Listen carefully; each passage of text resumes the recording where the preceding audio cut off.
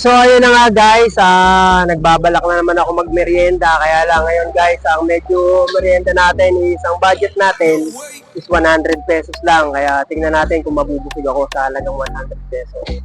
Nagbo-walking lang kasi ako dito guys paghapon, papunta dun sa, may nakita akong mini stall doon sa may kanto ng Segovia. So samahan nyo ako, try natin for only 100 pesos. Let's see.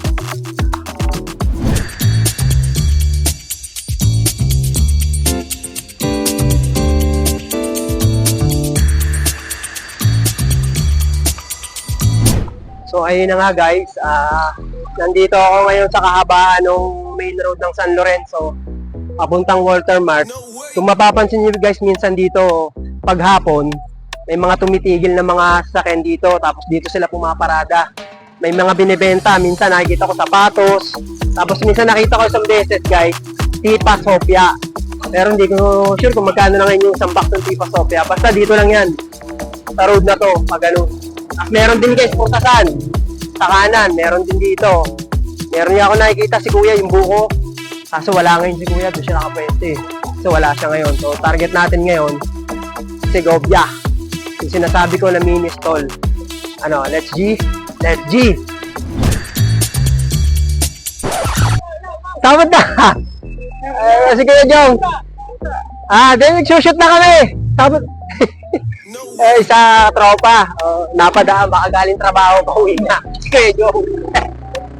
Ayan guys, malapit na tayo ngayon guys.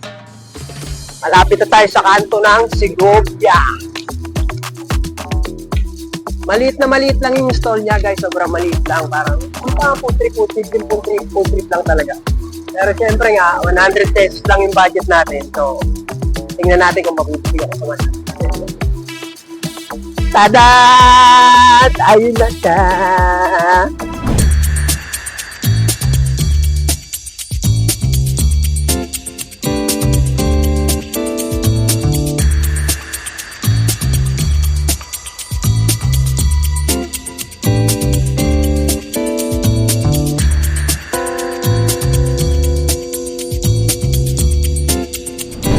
So ayun na nga guys, nandito na tayo ngayon sa kanto ng Villa Segovia para magmerienda sa halagang 100 pesos. Let's G. Inuna ko yung siomay guys. Nag-order na ako ng siomay. 20 pesos. Tapos tita, isa rin po nung pugo, isa, kikiam, fishball, and squid ball po. Ayun, guys, niluluto pa yung squid ball. Sige tita, mamaya na lang po yung squid ball. Eto na guys, 20. Parang sasakto yung 100 pesos natin nga guys. Feeling ko busog tayo dito. Tita, pahinga nga po ng kalamansi. Tsaka toyo. Sige po. Naka-mix na pala. So ayun guys, nandito yung mga seasoning nila guys. Spicy. Tapos meron ding hindi spicy na suka. So may muna tayo guys. Ayun guys, nilagyan ko ng konting suka, tapos spicy na matamis. Yan, nilagyan ko na rin to. Tapos nilagyan, ayan, natapon pa. Easy lang kasi. So may, ayun, mainit pa. Lagyan na rin natin ng sauce. Wait lang, ito 100 pesos lang to guys, ang budget natin. Pag lumabis, patay tayo kay tita. Unay! Spicy. Lagyan natin ng hindi spicy. Ayoko na masyado maangkat. Tapos, syempre, pepesta tayo dun sa table. Let's go! Nakutin! At eto na nga guys. Ayun na nga. Naka-ready na guys sa aking harapan. Worth 100 pesos yan. O diba?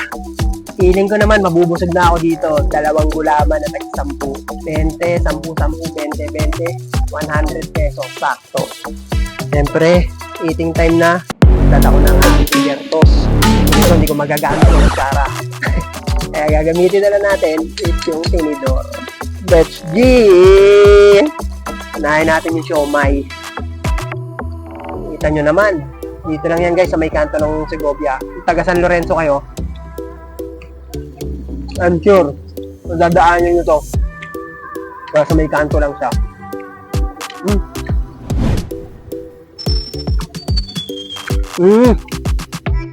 Tama nga guys, sabi kasi ni tita, minix na nila sa toyo yung kalamansi.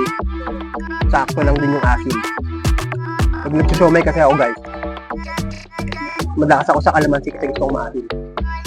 Pero yung toyo, toyo kamansi nila na magkakasama na, hindi maasin, hindi rin maalat, sakto lang.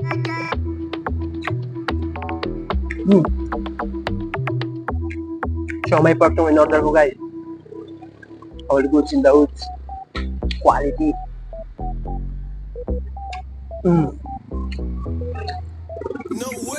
Done with the siomay. Next is kikya.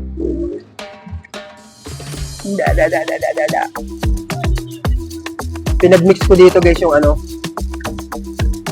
sauce na matamis sa maanghang. Kikiam in the house.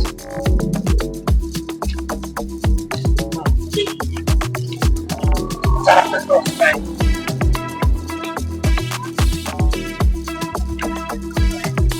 Talagang i-confirm mo yung matamis sa kay maanghang. Goods na goods. Eh pinag-mix ko nga siya kasi masyadong maanghang pagka puro spicy lalagay ko.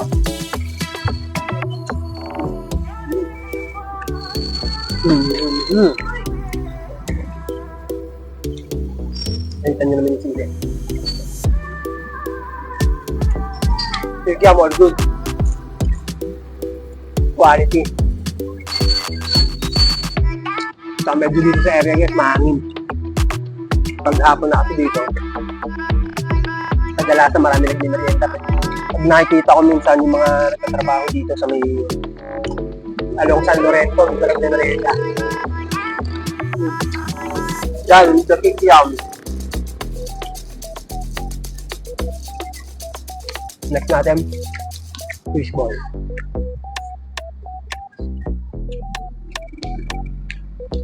$100 guys. Feeling ko busog talaga ako dito.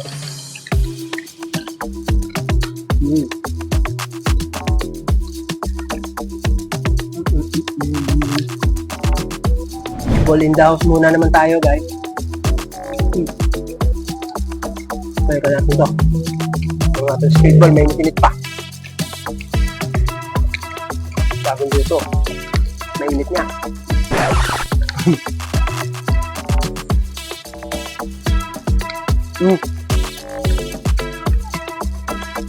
Mainit guys. Speedball. Haligi.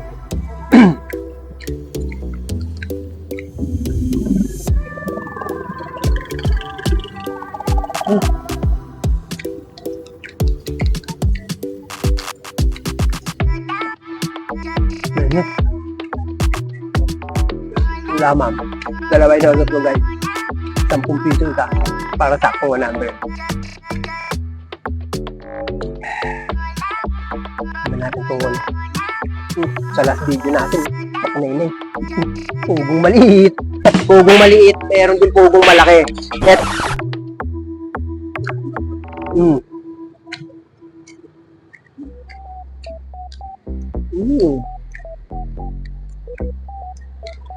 sakto lang siya guys, hindi masyado makapaliwaran siya. Lasan-lasa mo yung puno. Nilagyan ko siya suka at saka matamis.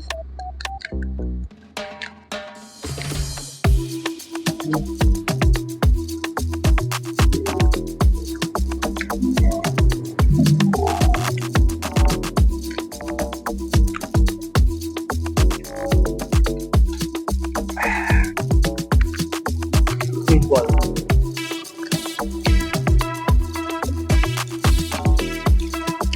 Ang feeling ko guys, busog talaga sa 100 pesos. Parang feeling ko 50 pesos pwede na. Next time siguro try natin 50 pesos ang budget. Kung nakikita ko sa dito pag dumadaan ako, sobrang daming nagmimerienda dito pagkapon. Especially mga estudyante. Eh since ngayon walang parang bakasyon yata ngayon, diba? Kaya wala mga estudyante kumakain. May mga mangilan-ngilan lang na kumakain.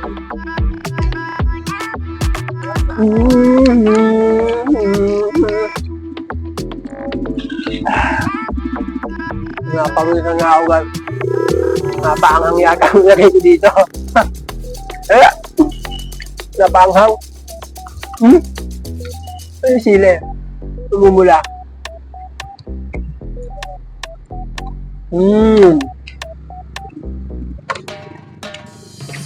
Tutugo. Ayun na nga guys, craving satisfied na naman ni Mr. Master for only 100 pesos. Busog. At ayan guys, bago tayo magana special shoutout nga pala syempre sa mga viewers natin dyan. Shoutout kay Jonathan Bitanya, Catherine Olvega, Chacha Manalo, and belated happy birthday, Bernie Lopez. And shoutout sa anak niya na si Brielle from Vancouver, Canada. Ayun guys, kung nagustuhan niyo itong video na to, please don't forget to share, like, follow us on our Facebook page, subscribe to our YouTube channel, and follow us on TikTok. Let's G! Ano na? Ayaw nga pala, wait lang. So ayun guys nga pala, kung may malapit na kainan din sa inyo guys, please comment down below. At baka syempre, alam niyo naman, this si Mr. Master dyan. Ano? Let's G! Let's G!